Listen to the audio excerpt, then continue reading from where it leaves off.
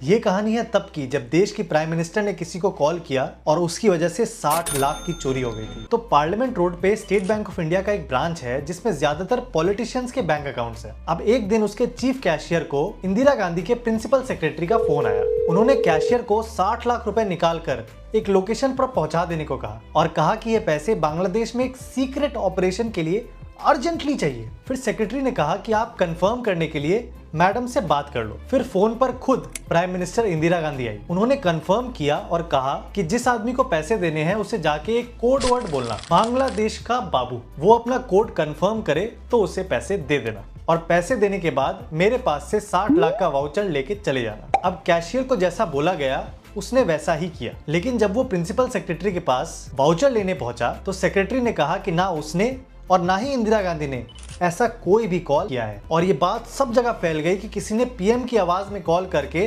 Fraud कर दिया। Police ने इन्वेस्टिगेट करना स्टार्ट किया और सिर्फ 24 घंटे के अंदर उस आदमी को पकड़ लिया जिसने पैसे लिए थे, और वो पैसे भी उसके एक दोस्त के यहाँ से मिल गए। अब जिस इंसान को पकड़ा गया उसका नाम था रुस्तम नागरवाला। उसने बताया कि उसने अकेले एक्ट किया और वो बांग्लादेश वॉर की तरफ लोगों का अटेंशन डाइवर्ट करना चाहता था। अब इंटरेस्टिंग बात यह थी कि रुस्तम इंडियन आर्मी में कैप्टन रह चुका था और कुछ सोर्सेस के हिसाब से उसके लिंक इंडिया की इंटेलिजेंस एजेंसी रॉ से थे। अब रुस्तम ने कन्फेस किया और कोर्ट ट्रायल हुआ और कोर्ट ट्रायल के फर्स्ट हियरिंग के 10 मिनट के अंदर फैसला भी आ गया और रुस्तम को 4 साल की सजा मिली। इतनी फास्ट हियरिंग आज तक नहीं हुई है। कोई एविडेंस या विटनेस को नहीं बुलाया गया। अब सोचने वाली बात यह है कि ये 60 लाख रुपए निकाले किसके अकाउंट से गए थे, और ऐसे ही सिर्फ फोन पे बोल देने से पैसे अकाउंट से निकल कैसे गए। और रुस्तम ने अपने कन्फेशन में कहा कि उसने प्रिंसिपल सेक्रेटरी और इंदिरा गांधी दोनों की आवाज खुद निकाली थी, लेकिन उसका मुंह एक तरफ से पैरालाइज था। इसके कुछ टाइम बाद ही जो पुलिस ऑफिसर इस केस का इंचार्ज था